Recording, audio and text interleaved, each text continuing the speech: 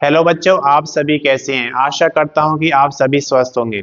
बच्चों, आज इस वीडियो में हम लेकर आए हैं कि स्टेट बैंक ऑफ इंडिया ने जूनियर एसोसिएट और क्लर्क की बम्पर वैकेंसीज निकाली हैं, जिसका ऑनलाइन एप्लीकेशन कब से शुरू होगा, अंतिम तिथि क्या रहेगी, कितनी टोटल वैकेंसीज हैं, किस कैटेगरी में कितनी वैकेंसीज हैं, सारा कुछ इस वीडियो में डिस्कस करेंगे। वीडियो को लास्ट तक जरूर देखें और ज़्यादा से ज़्यादा शेयर करें ताकि ये वीडियो उन सभी बच्चों के पास पहुंचे जो स्टेट बैंक ऑफ इंडिया में जॉब करना चाहते हैं। सबसे पहले हम बात करते हैं यहाँ पर प्रारंभिक तिथि की। तो प्रारंभिक तिथि यहाँ पर देख सकते हैं आप 17/12/2024 है, यानी कि आपके ऑनलाइन एप्लीकेशन 17 दिसंबर 2024 से शुरू हो चुके हैं।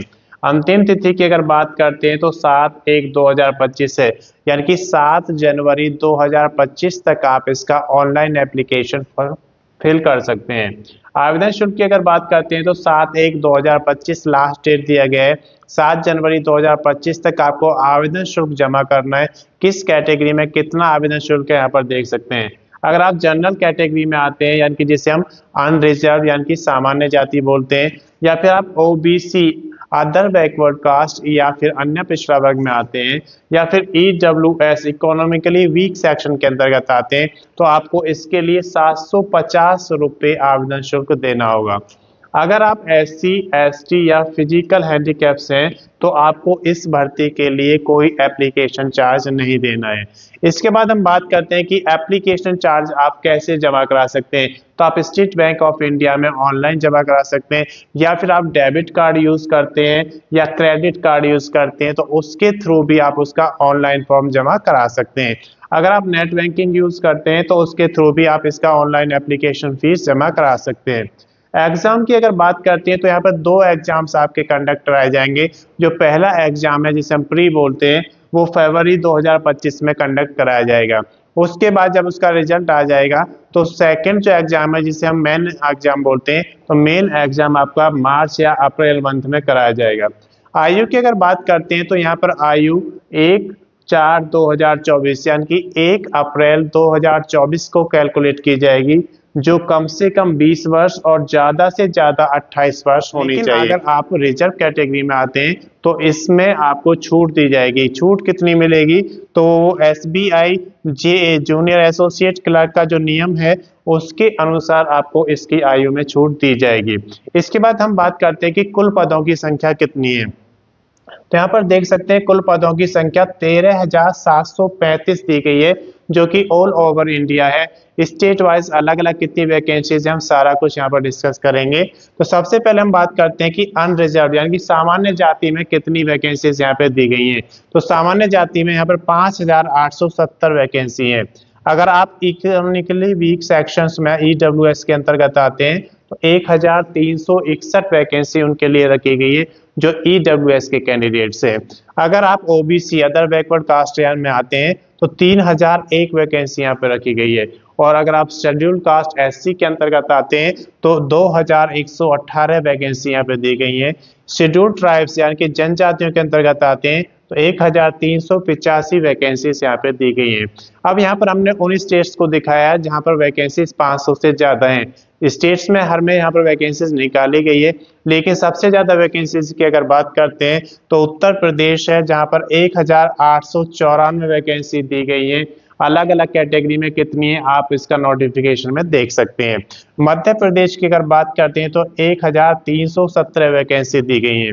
पश्चिम बंगाल वेस्ट बंगाल में 1,254 वैकेंसी है। अगर महाराष्ट्र की बात करते हैं तो 1,163 वैकेंसी महाराष्ट्र के अंतर्गत दी गई है। इसके बाद गुजरात की अगर बात करें तो 1,073 वैकेंसी है और झारखंड में 676 वैकेंसी है।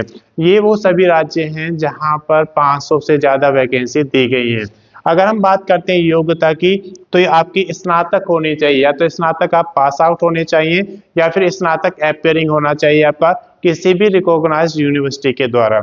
इसके बाद हम बात करते हैं डॉक्यूमेंट्स की। तो जब भी कोई एप्लीकेशन फॉर्म आप जमा करते हैं तो उसमें डॉक्यूमेंट्स आपके अपलोड किए जाते हैं। कौन कौन से डॉक्यूमेंट्स अपलोड होते हैं वो आपके पास स्कैन कॉपी में होने चाहिए।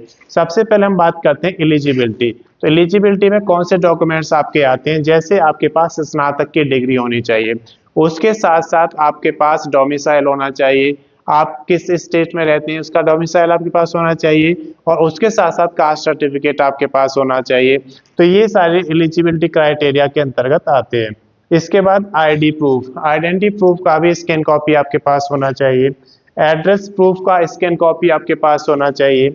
इसी तरीके से बेसिक डिटेल्स की अगर बात करें, जब आप फॉर्म फिल करते हैं तो उस समय आपका डेट ऑफ बर्थ, आपका नेम, फादर्स नेम, आपका परमानेंट एड्रेस, ये सारी डिटेल्स मांगी जाती हैं जो कि बेसिक डिटेल्स के अंतर्गत आती है।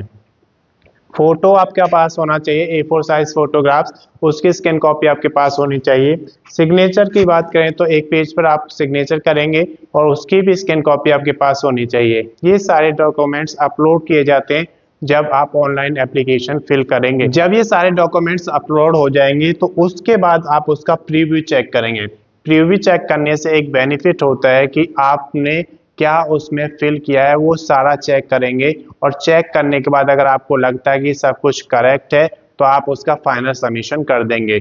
और जब इसका फाइनल सबमिशन हो जाएगा उसका फिर आपको प्रिंट आउट लेना है। प्रिंट आउट इसलिए लेना अनिवार्य होता है क्योंकि आपने उस भर्ती के लिए क्या क्या डॉक्यूमेंट्स लगाए हैं वो सारा कुछ आपके सामने होता है। जब इस भर्ती में आप आगे बढ़ेंगे तो वो सारा कुछ आपके पास होगा। इसके बाद अगर अधिक जानकारी आपको लेनी है तो आप स्टेट बैंक ऑफ इंडिया का एडवर्टाइजमेंट नंबर CRPD CR 2024-2025 का 24 नंबर का नोटिफिकेशन है, इसे पढ़ें और आपको सारी जानकारी यहाँ पर मिल जाएगी। मैं समझता हूँ कि ये जानकारी आपके लिए पर्याप्त है। अगर अभी तक आपने चैनल को सब्सक्राइब नहीं किया, सब्सक्राइब करें और वीडियो को ज़्यादा से ज़्यादा शेयर करें ताकि ये उन सभी बच्चों के पास पहुँचे जो स्टेट बैंक ऑफ इंडिया में जूनियर एसोसिएट या क्लर्क की भर्ती देखने के सपने देख रहे हैं। धन्यवाद।